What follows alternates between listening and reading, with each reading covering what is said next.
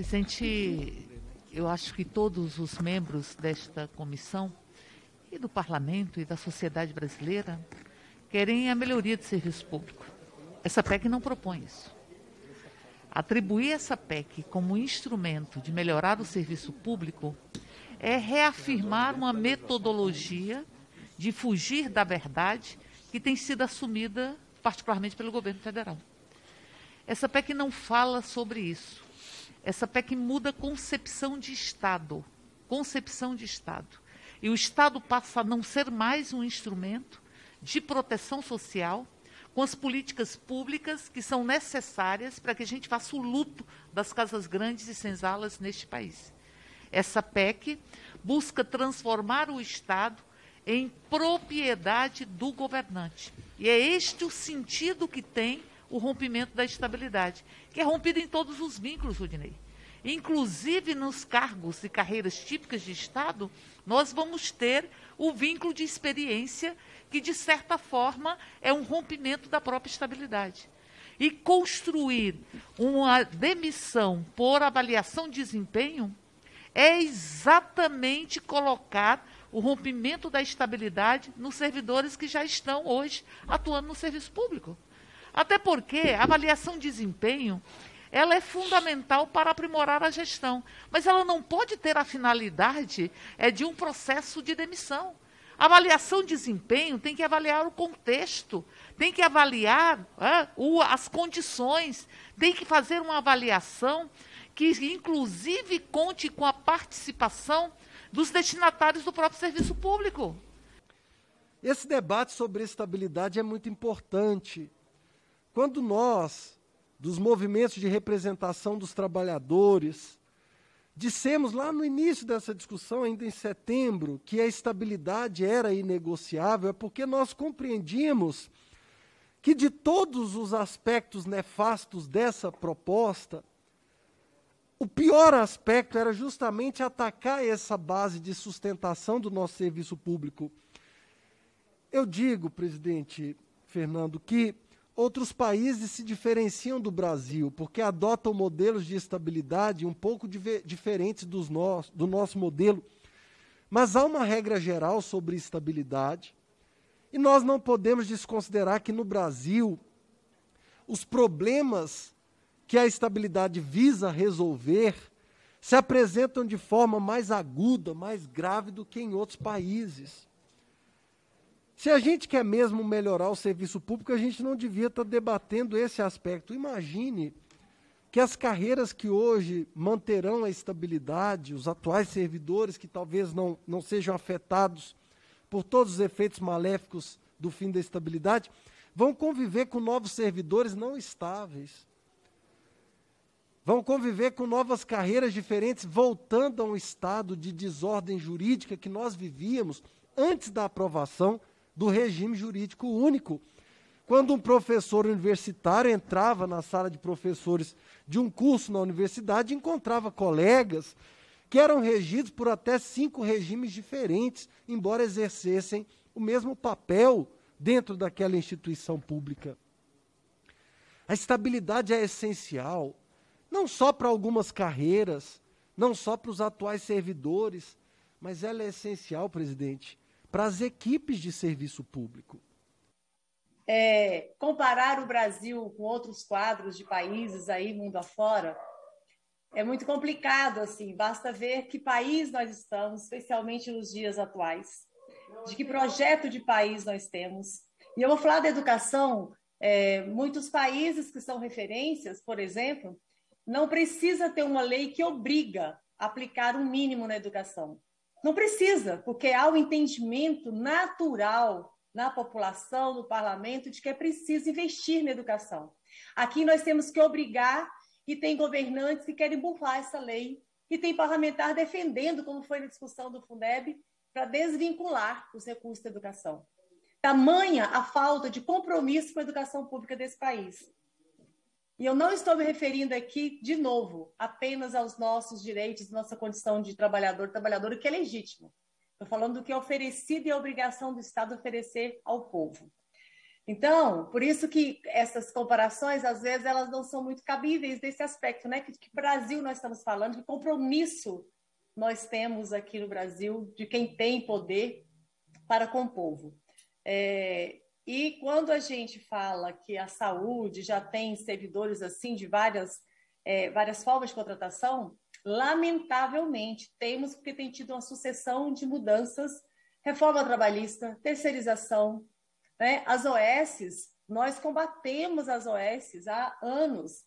E aí, Tiago, o que o Lula propunha e propôs, nós também não concordamos e faríamos a mesma luta, seja quem for que estiver governando, né? Veio para contrariar, como, por exemplo, as creches conveniadas. Nós, educação, temos uma posição contrária.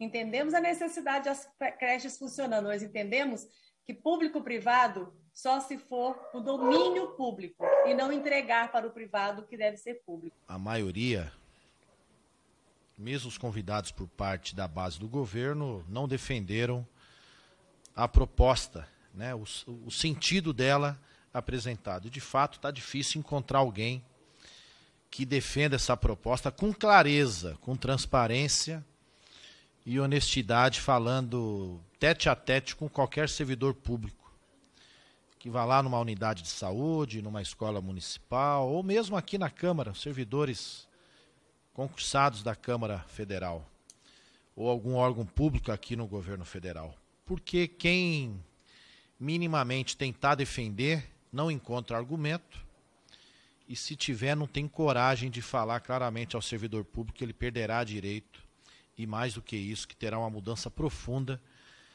na concepção do serviço público previsto na Constituição de 88. É um crime o que está sendo feito.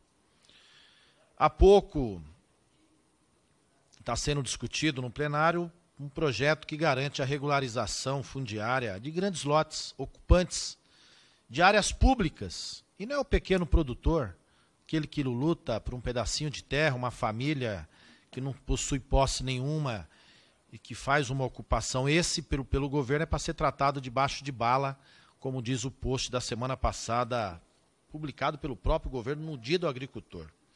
E o que tem a ver uma coisa com a outra? Porque, de fato, a boiada está passando. Há uma vontade de votar essa PEC, a reforma administrativa, ainda esse mês, assim como a privatização dos Correios. O governo sente, e os deputados da base do governo, que o fim está logo ali e que precisa fazer a maldade entregando serviços a outros interesses econômicos que manipulam também essa casa. E a reforma administrativa não é diferente. Um sucateamento do serviço público, uma fragilização do serviço público que interessa tão somente ao mercado, cuja lógica é outra. E comparar o serviço público do privado é até cruel e desigual. Porque, primeiro, que o privado atende muito menos. Segundo, quem diz que a qualidade é sempre excelente? E quem disse que o privado atende a todo momento? Educação e saúde, ainda que fosse gasto, é muito pouco que se faz. O que nós precisamos, na verdade, é de investimento. E muito maior, e não só em tempos de pandemia, que isso ficou muito escancarado, né? Que aí todo mundo fala muito disso, que é real. Precisamos ter responsabilidade com a educação e com a saúde. E o deputado Fernando fala que quando alguém fica na fila para o atendimento, o que nós estamos discutindo aqui é a possibilidade de nem ter o atendimento e nem fila, talvez, né? De ter que pagar para ter esse atendimento, de voltar a ter uma escola, como eu também fui para a fila, como eu assisti muitas mães passarem a noite para ter na fila para ter uma vaga, porque não tinha escola para todo mundo. Eu fiz exame de seleção para fazer a 5ª série numa escola pública, porque não tinha vaga suficiente. As experiências que nós temos na educação, de gestão democrática, do sentimento de pertencimento, de territorialidade que são postos, são fundamentais para avaliar os caminhos necessários para o desenvolvimento da própria política de educação. Assim como em outras políticas. Política de saúde mental, Rudinei, que parte de um histórico de genocídio e holocausto, que são os hospícios, ela é fundamentalmente um instrumento de democracia. onde aqueles que são beneficiários da saúde mental, os profissionais, os gestores, discutem qual é o projeto terapêutico a ser desenvolvido. Então, portanto, não é esta PEC que vai fazer com que nós tenhamos a melhoria do serviço público. Presidente, basta a gente acompanhar, perceber o que aconteceu nesse ano um pouco durante a pandemia. Quem socorreu na ponta não foi o hospital privado. Ele socorreu poucos. Alguns ainda com tratamento caríssimo que podiam pagar. Não foi a benevolência do serviço privado que salvou vidas. Foi justamente o SUS, que tem ali a missão de tentar acolher o máximo possível, de socorrer a todo mundo, sem qualquer tipo de descriminalização. Por isso que essa PEC, ela fragiliza o Estado brasileiro, fragiliza o serviço público e lá na ponta atinge justamente a camada mais pobre do país. E me preocupa muito a posição do deputado Arthur Maia de dizer que a estabilidade ou o fim da estabilidade para todas as categorias é o seu ponto de honra, porque nós não podemos ficar marcando posições aqui. Todos os especialistas que estiveram nessa comissão, nessa audiência pública, foram unânimes nesse aspecto. Alguns defenderam que a gente aplicasse certas reformas, alguns trouxeram novidades, inovações, e a gente escutou com muita atenção, mas me parece que a posição da mesa tem sido hermética, presidente Fernando, e eu quero aqui protestar. A posição do relator, do presidente, não pode ser hermética, porque senão as audiências públicas serão um mero enfeite, serão apenas algo pro forma. O Congresso Nacional, numa audiência pública, faz uma consulta aos especialistas, a quem estuda o tema há muito tempo. A Servir Brasil, com apoio do FONACAT, de outras entidades do nosso Conselho Curador, já apresentou 22 estudos, todos com base técnica e apoio de grandes universidades brasileiras, todos. E por isso a gente queria que essas audiências, elas calassem fundo na tomada de decisões. Essa comissão é o lugar mais especial, porque é aqui que nós vamos entender profundamente, e lá no plenário nossos colegas vão pedir a nossa opinião. Nós nos tornaremos a referência. É para isso que serve a comissão especial. Então, eu pediria ao presidente Fernando Monteiro, ao relator Arthur Maia, com quem eu pretendo conversar ainda essa semana, que levassem em consideração o fato de que todos os especialistas, convidados por todas as frentes, têm a mesma impressão de que o debate sobre a estabilidade é um debate perigoso, um debate infrutífero.